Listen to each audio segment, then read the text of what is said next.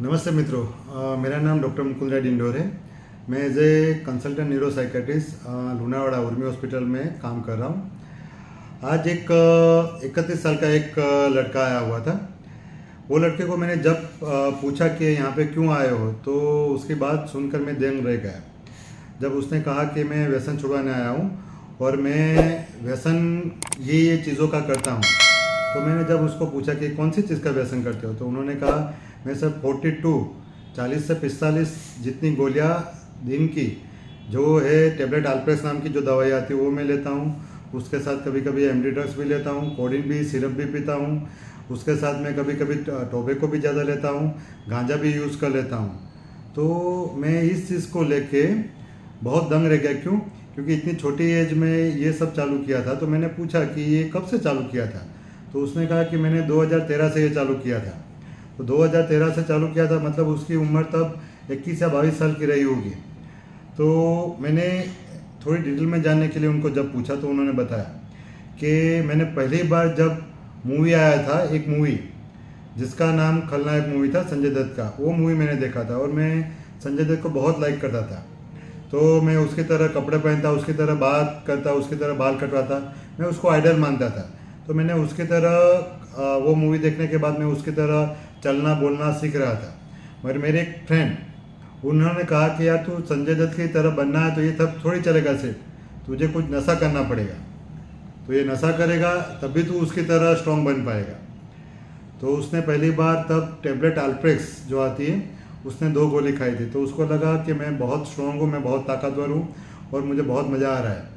तो ऐसा करते करते वो आज 10 से 12 साल तक दिन की 42 से 45 गोलियाँ अल्प्रेक्स की खाता है और बाकी सब व्यसन करता है, वो अलग अलग चीज़ें हैं। अब हमने जांच की तो हमें पता चला कि व्यसन के साथ साथ उसने बहुत बार खुद पे कट मार किए हुए, जब पैसे नहीं मिले हो, मेडिसिन ना मिली हो, दवाई ना मिली हो, ड्रग्स ना मिली हो, तो उसकी बॉडी पे, पेट पे, उसके हाथ पे बहुत सारे कट मार किए हुए। जब दवाई या ये ड्रग्स नहीं मिलती या पैसे नहीं मिलते तो वो बहुत आवेशिक हो जाता है, बहुत गुस्से में आ जाता है और खुद को ही नुकसान करता है। तो ये तो एक तरफ का नुकसान हुआ। दूसरा नुकसान अगर हम देखें तो घर में बहुत सारे झगड़े होते हैं, पत्नी के साथ, बच्चों के साथ मारपीट हो जाती है, उसके रिलेटिव के साथ भी लड़ाई झगड़ा होता है, पैसों का भी बहुत नुकसान होता है और शरीर में भी बहुत नुकसान हो चुका है। तो मेरा ये वीडियो से कहना का तात्पर्य है कि अगर आप किसी इंसान को या किसी घटना को अगर आप आइडल मान रहे हो, तो आपको सिर्फ वो टीवी में या मूवी में देख के ब्लाइंडली आइडल नहीं मानना है। क्योंकि अगर आप उस चीज़ को आइडल मान रहे हो, आप उसको पसंद करो, तो आप अनकॉन्शियसली कॉन्शियसली उसको फॉलो करोगे। और दूसरी चीज़ है कि पीयर प्रेशर, आपके फ्रेंड सर्कल कैसे है, आपके साथ क्या रहते हैं, वो आपको क्या कहते हैं, आपको वो चीज़ जो सजेस्ट करते हैं, वो आप अपने पीयर प्रेशर, मतलब आपके जो फ्रेंड सर्कल होते हैं उनके साथ जुड़े हुए भावनात्मक जो रिलेशन होते हैं, और वो जब कहते हैं तो आप उस चीज़ को बहुत जल्दी एक्सेप्ट कर लेते हो। उसमें हम सोचते नहीं है कि वो सही है कि गलत, और इस चीज़ के कारण बहुत बड़ी दिक्कत होती है लॉन्ग टाइम के बाद। जैसे कि आज ये जो लड़का है, उसकी हमने जब हिस्ट्री सुनी तो हमने देखा कि जब पहली बार मूवी देखी थी तो वो संजू बाबा को आइडल मानना स्टार्ट किया था। वो आदमी खुद को संजू बाबा ही मानता है, वैसे उसका बिहेवियर रहता है, उसका बोलने का स्टाइल भी वैसा होता है। हाँ मित्रों, एक दूसरा होता है पीयर प्रेशर, मतलब फ्रेंड सर्कल। तो फ्रेंड सर्कल के साथ आप जब रहते हो तब आप उससे इमोशनली जुड़े होते हो, तो उसकी बातों का असर आप पे बहुत जल्दी होता है।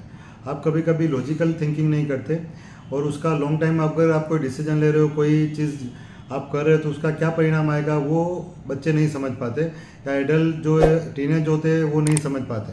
जैसे कि ये जो इंसान है, ये जो है जो इंसान, उसमें दिक्कत ये रही थी कि उनके फ्रेंड ने उन्होंने कहा कि अगर संजू बाबा की तरह बनना है तो तुझे तो ड्रग्स तो लेनी पड़ेगी। तो ये गलत बात एक कह दी और उन्होंने वो मान ली। उसी चक्कर में सबसे पहले 2 टेबलेट से उन्होंने शुरुआत की थी और आज देखो तो 45 टेबलेट पर दिन की ले रहे, उसके साथ बाकी बहुत सारे ड्रग्स अलग अलग कर रहे हैं। तो आप इसका फोटोग्राफ्स अगर आप देखोगे कि दवाई न मिलने के कारण, दवा के एडिक्शन के कारण, ड्रग्स का एडिक्शन के कारण क्या क्या हालत होती है, हम आपको बताएंगे। उनके बॉडी पार्ट पे कहाँ कहाँ पे सेल्फ हार्मिंग, मतलब सेल्फ कट किया हुआ है आवेश में आके, तो वो आप देख सकते हो इस वीडियो में। और दूसरी बात ये भी है कि व्यसन ये मानसिक बीमारी में सबसे ज़्यादा जोखिमी बीमारी है। हम जो बात करते हैं कि कभी कभी ये इंसान पागल हो गया, ये हो गया, तो वो साइकोसिस की बीमारी कहते हैं। वो दवाई से सारवार से जल्दी अच्छी हो जाती है, मगर व्यसन की तकलीफ में बहुत दिक्कत होती है। अगर आप एक बार व्यसन स्टार्ट कर दिया और उसके बंधानी हो गए तो जितना जल्दी पॉसिबल हो इतना जल्दी आप ट्रीटमेंट करवाओ, सारवार कराओ। जो कंसल्टेंट न्यूरो साइकाट्रिस्ट होते हैं, स्पेसिफिक डी एडिक्शन सेंटर होता है, वहाँ पे जाके अगर आप ट्रीटमेंट करवाओगे तो व्यसन छूट सकता है, वो अपने छोड़ भी सकते हैं। ऐसी बहुत बड़ी बात नहीं है कि अगर आप नहीं छोड़ पाओगे। हाँ, बिना दवाइयाँ के आप कभी सारवार से आप ट्राई करोगे तो बहुत दिक्कत होती है व्यसन के कारण, व्यसन छोड़ने में, तो इंसान वापस व्यसन चालू कर देता है। अगर आपको व्यसन छोड़ना है, आपकी खुद की तकलीफ के कारण, आपकी फैमिली के तकलीफ के कारण या आपके कारण होने वाली तकलीफ के कारण, तो आप न्यूरो साइकाट्रिस्ट से मिलिए, डी एडिक्शन सेंटर में जाइए और उसके सारवार कराइए। और ये सारवार से ये आप उसको छोड़ सकते हो, नशा छुड़वा सकते हो। Thank you very much.